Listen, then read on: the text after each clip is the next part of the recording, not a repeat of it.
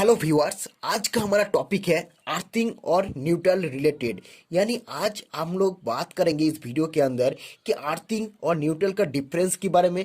आज मैं आपको बताऊंगा कि अर्थिंग और न्यूट्रल में बेसिकली डिफरेंस क्या होती है, तो न्यूट्रल का एक्चुअल में काम क्या होती है, किसी भी इलेक्ट्रिकल सर्किट में अर्थिंग को हम क्यों इस्तेमाल करते हैं। ये सारी टॉपिक को, ये सारी इंफॉर्मेशन को हम इस वीडियो के अंदर कवर करेंगे। तो पूरी जानकारी के लिए वीडियो को आखिर तक जरूर देखिएगा व्यूअर्स। तो सबसे पहले हम लोग स्टार्ट करते हैं, या फिर सबसे पहले हम लोग बात करेंगे अर्थिंग के बारे में। देखिए, अर्थिंग की नाम सुनते ही आपके मन में जो बात आएगा या फिर आपके मन में जो सवाल आएगा वो आएगा दोस्तों कि सेफ्टी के बारे में। यानी अर्थिंग को हम क्यों इस्तेमाल करते हैं, अर्थिंग को हम किसी भी इक्विपमेंट के साथ इसलिए कनेक्ट करते हैं सेफ्टी के लिए।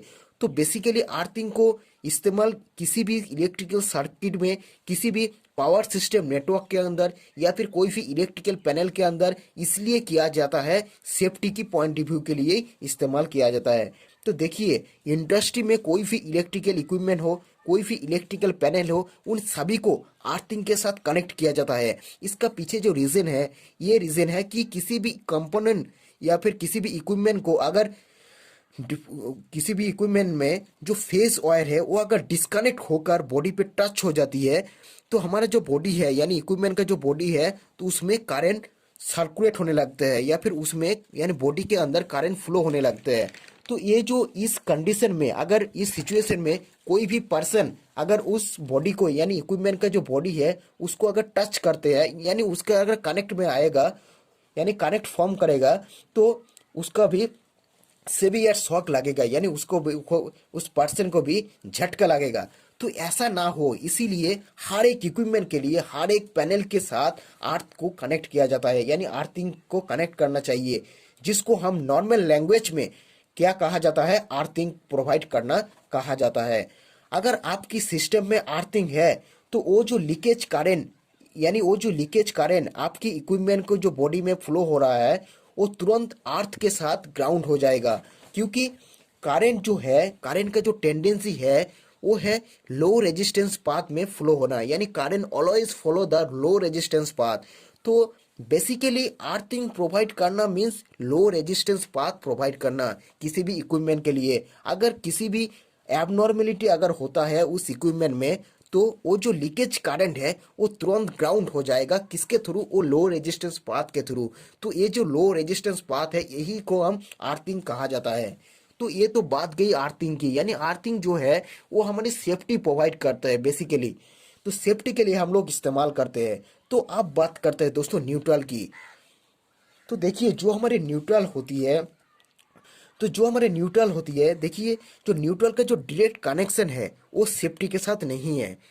अर्थिंग का क्या है, सेफ्टी के लिए हम इस्तेमाल करते हैं, लेकिन जो न्यूट्रल का जो डायरेक्ट कनेक्शन वो सेफ्टी के लिए नहीं होता है। न्यूट्रल का जो मेन काम होता है करंट को रिटर्न पाथ प्रोवाइड करना। आप एक बात अच्छे से समझिए कि जो आप मान लीजिए घर में एक आप बल्ब बल्ब को बल्ब को कंटिन्यू करेंगे, यानी बल्ब को आप जलाएंगे, तो उस बल्ब को चलाने के लिए आपको फेज और न्यूट्रल की जरूरत पड़ेगा। तो ये जो फेज है, इस फेज में तो क्या होगा, सप्लाई आएगा, लेकिन इस सप्लाई को कंप्लीट करने के लिए, इस सर्किट को कंप्लीट करने के लिए आपको एक रिटर्न पाथ भी चाहिए। तो इस रिटर्न पाथ जो है वो हमारा कौन प्रोवाइड करेगा, न्यूट्रल। तो बेसिकली जो है, जो हमारा न्यूट्रल कोई भी इलेक्ट्रिकल सिस्टम में तब भी वर्क करेगा, यानी तब भी वर्किंग कंडीशन में, तब भी रनिंग कंडीशन में रह पाएगा जब हमारा सर्किट क्लोज होगा। तो आपका अगर सर्किट क्लोज है तब भी वो जो है उस सर्किट के अंदर करंट फ्लो होगा, उस सर्किट में जो इक्विपमेंट है उसके अंदर भी करंट फ्लो होगा, यानी उस कंपोनेंट या फिर उस इक्विपमेंट आपको रनिंग कंडीशन में होगा जब भी हमारा सर्किट क्लोज होगा। तो इस सर्किट को क्लोज करने का काम, इस सर्किट को रिटर्न पाथ प्रोवाइड करने का काम हमारा किसका होती है, न्यूट्रल का होती है। तो ये जो न्यूट्रल है, तो आपकी मन में एक बात जरूर आएगा, क्या आएगा कि ये जो न्यूट्रल है, ये न्यूट्रल वायर कहाँ से आता है। तो ये जो इसका जो सवाल है इसको भी आपको मन में क्लियर रखनी चाहिए।